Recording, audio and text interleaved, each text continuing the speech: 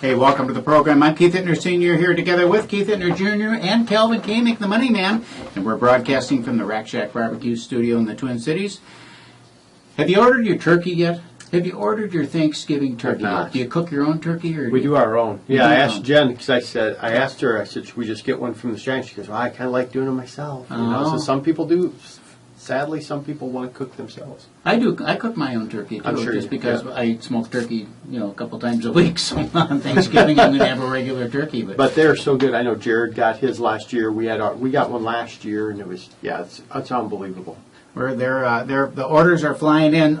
Go to RackShackBarbecueStore.com. Order your 20-pound turkey, and see what you order the turkey. You're going to pick it up on Thanksgiving morning, and it's fresh, smoked, lightly smoked, flavorful, moist. You'll love it. Pick it up, stick it in the oven. RackShackBarbecueStore.com. And this is your Real Estate Chalk Talk, of course. The website is realestatechalktalk.com. The number to call for help is 612-627-8000. And we got all that business out of the way, 612-627-8000. I gave our producer a little clip that I'm going to ask him to plug in and play. You ready to go with that? As soon as he's ready, go ahead and play it once. This is from August 7th. And I will bet you a steak dinner on it. I think that at the end of the day, when the election is over, Trump will have won, and he will have won by a significant margin. Huge. I'll take that. I think it'll be huge. I'll take that bet. Yep, because I think that there is a huge number of people out in the country, Secret Trump voters, who are going to vote for him, but they don't want to say it out loud because they get ridiculed and all that stuff, and they're just keeping their mouth shut. And they'll walk in the voting booth and they'll pull the lever for Donald Trump. And the news media, like they have all the last year, will come out with their mouth hanging wide open, surprised, all shocked, wondering what happened. Prognosticator. So, if you want to The know, Gift of Prophecy by Keith Hittner. if you have any, if you're pregnant and you want to know if it's a boy or a girl, give me a call, 612-627-8000. I can easily. He will want to lay his hands on your stomach. Exactly, and I'll Which let is you. similar to what Trump will. What do you say, Kelvin? I mean, that was obviously directed at you. It was directed at me, and as I have said all along, it will be the happiest bill I ever pay. You know what else is fun about it is my brother, who's a lefty, and I'm not a lefty, by the way. I know. My brother is, though, however, and he lives in Hawaii, right? Mm-hmm. Who, of course, went to Hillary, and I said, to not have seen this coming, you would have to be living on an island someplace. And of course, he is, and so they didn't see it coming. So, what's the big impact on the world as we see it, based on these results?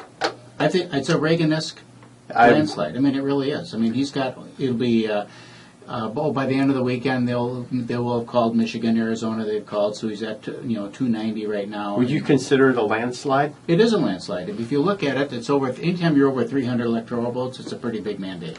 And whether you want to call it a landslide or not, I mean, she won basically 38%. Mm-hmm. If you look at the number of states, that's pretty significant. Right. And if you look at the county map, county by county, It's unbelievable, I isn't mean, it? it's like Did you see that map that's 80-some floating percent. around where it just has all the red? Yeah. I mean, it's better than a Verizon. So there's a huge conversation now, of course, surrounding the Electoral College and popular vote versus... Well, of course, right? Because she got California, which is going to have a lot of population. So I think she may end up winning the popular vote, right? As it stands right now, she's ahead, but it's pretty meaningless, and our founding fathers set it up this way so that otherwise you're going to have all these politicians there will literally campaign in California, New York. So there was a and map. Major metropolitan There's cities. a map that's out there right now as well that shows the bulk of the population around the country. Mm-hmm.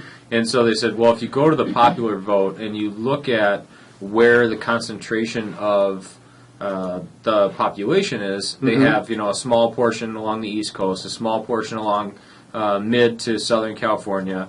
There are small areas and pockets around Minneapolis and St. Paul and areas of Denver and Chicago and this type of thing. Think about how the rest of the country would feel if they look at that map and say, okay, here's the concentration of population, and here's where the popular vote comes from, as opposed to having the Electoral College where they split it up and give equal weight to each state.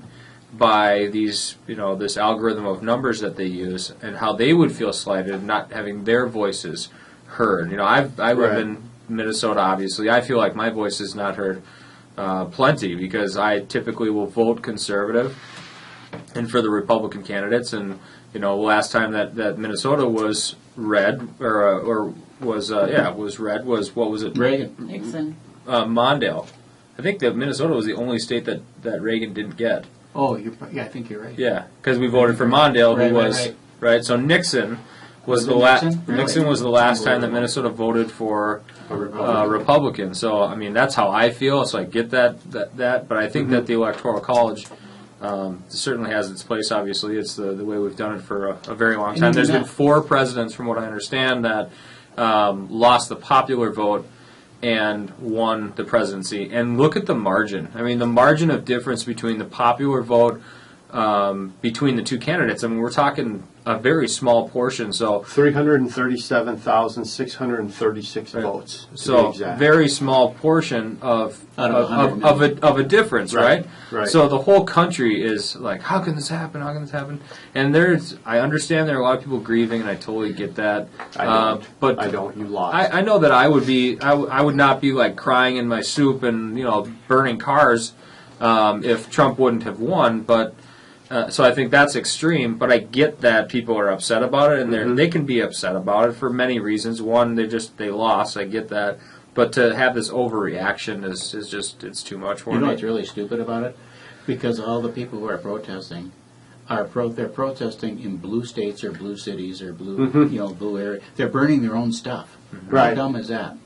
And then a week from now, just like the other movements that George Soros has been sponsoring and paying. That's the other thing about the protests too, is they're not. I mean, sorry to cut you off, but they're not just a group of individuals didn't get together and band and they have a cause that they're working towards and they really want to do this, and they'll argue that and they'll say, oh, he's racist, he's a bigot, and they'll throw names and sling mud all they want, and they just become what they're saying that they're fighting against. And it's just a complete flippant joke to me. Yeah, it is a joke.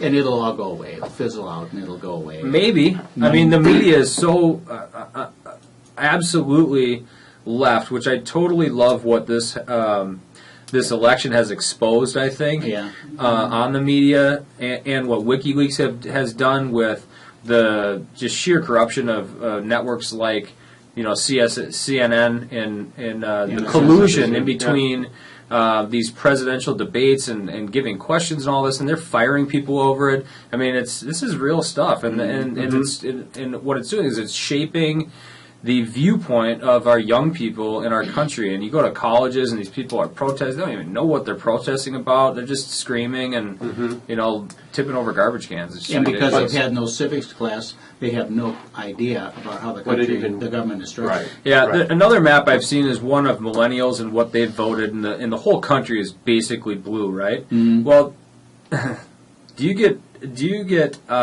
basically red? You mean? Do you get smarter? Red, do you get more well-rounded? It's blue, basically blue. The millennials vote blue. Oh, the millennials, yeah. Yeah. Okay. So, do you get smarter? Are you more educated? Are you more well-rounded? Do you have more of a worldly view? And are you more compassionate and all these things as you age, right?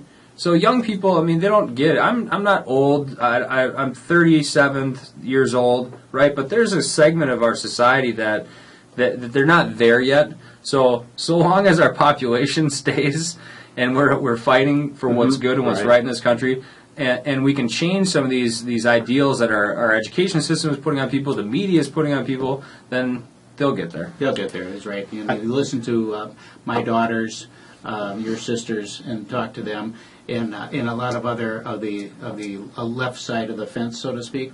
And if you actually start talking about issues, their arguments are so thin.